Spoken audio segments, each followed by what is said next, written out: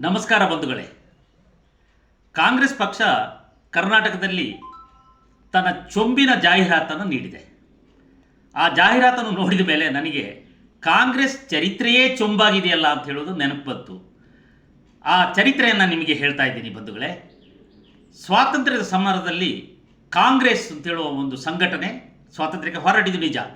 ಮಹಾತ್ಮ ಗಾಂಧೀಜಿ ಹೇಳಿದರು, ನೀವು ಸ್ವಾತಂತ್ರ್ಯದ ನಂತರ ರಾಜಕೀಯವಾಗಿ ನೀವು ಏನಾದರೂ ಪಕ್ಷ ಬೇದರೆ ಕಾಂಗ್ರೆಸ್ಸನ್ನು ವಿಸರ್ಜನೆ ಮಾಡಿ ಅಂತ.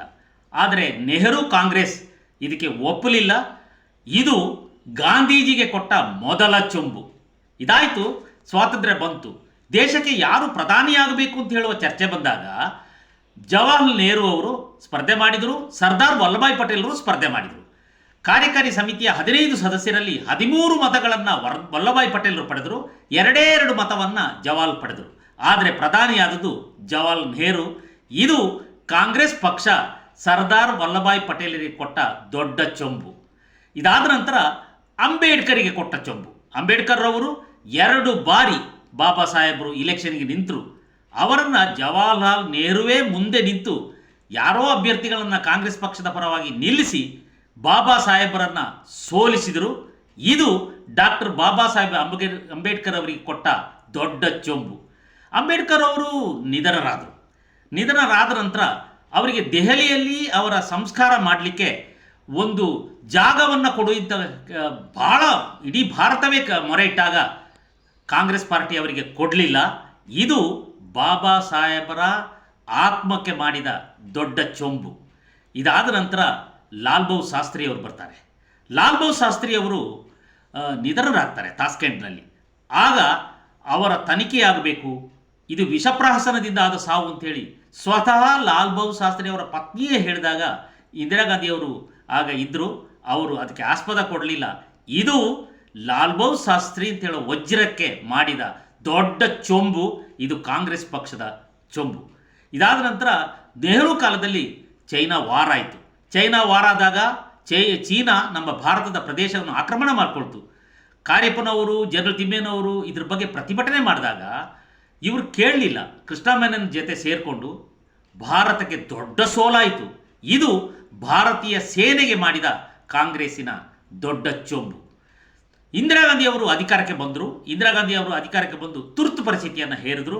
ಭಾರತದ ವಿರೋಧ ಪಕ್ಷವನ್ನು ಎಲ್ಲವನ್ನ ಜೈಲಿಗೆ ಹಾಕಿದರು. ಅದರಲ್ಲಿ ಜಯಪ್ರಕಾಶ್ ನಾರಾಯಣ್, ವಾಜಪೇಯಿ, ಅದ್ವಾನಿ ಎಲ್ಲರೂ ಇದ್ದರು ಜೈಲಲ್ಲಿ.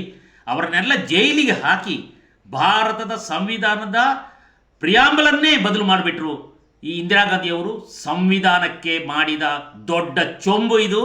ಎಲ್ಲ ವಿರೋಧ ಪಕ್ಷಗಳಿಗೆ, ಆ ಮೂಲಕ ಭಾರತೀಯರಿಗೆ ಮಾಡಿದ ದ್ರೋಹದ ಚೊಂಬು ಕಾಂಗ್ರೆಸ್ ಪಕ್ಷ ಮಾಡಿತು. ಇದಾದ ನಂತರ ಇವರು ರಾಜೀವ್ ಗಾಂಧಿಯವರು ಪ್ರಧಾನಿ ಆಗ್ತಾರೆ. ಬೋಫೋರ್ಸ್ ಹಗರಣ ಆಗುತ್ತೆ.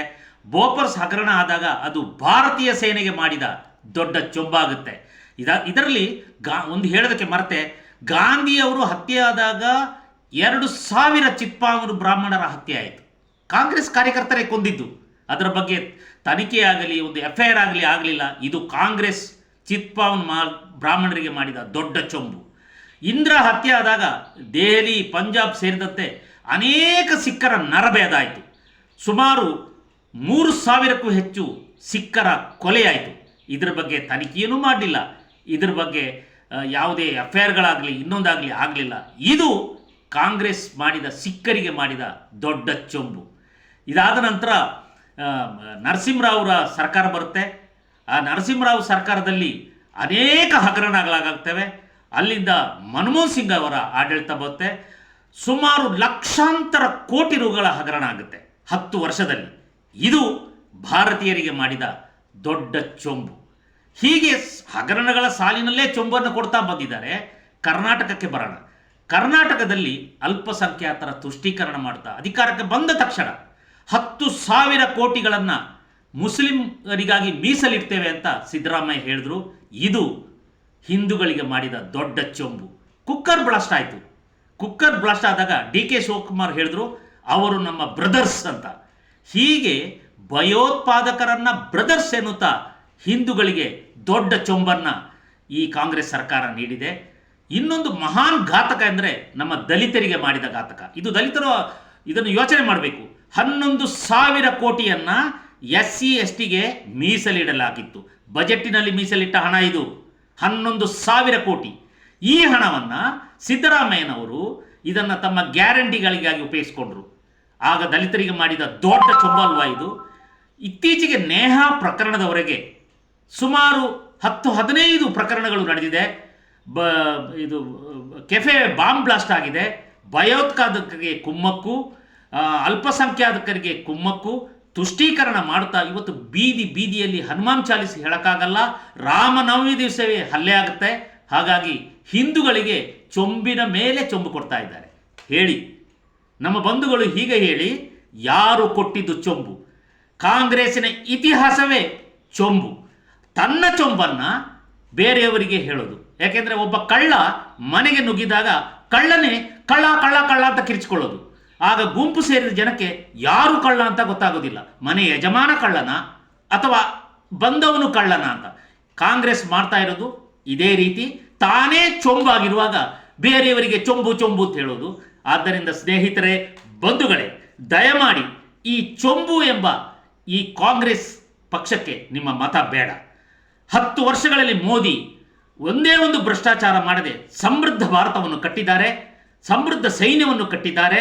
ನಮ್ಮ ಭಾರತ ಸುರಕ್ಷಿತವಾಗಿದೆ, ಭ್ರಷ್ಟಾಚಾರ ಆಗಲಿಲ್ಲ. ನಮ್ಮೆಲ್ಲರ ಮತ ಮೋದಿಯವರಿಗಿರಲಿ, ಭಾರತೀಯ ಜನತಾ ಪಕ್ಷಕ್ಕಿರಲಿ. 26 ಮತ್ತು ಮೇ 7ಕ್ಕೆ ಮರಿಬೇಡಿ. ಎಲ್ಲರೂ ಮನೆಯಿಂದ ಹೊರಗೆ ಬಂದು ಹೆಚ್ಚಿನ ಸಂಖ್ಯೆಯಲ್ಲಿ ಮತ ನೀಡೋಣ. ಭಾರತ್ ಮಾತಾ ಕಿ ಜೈ.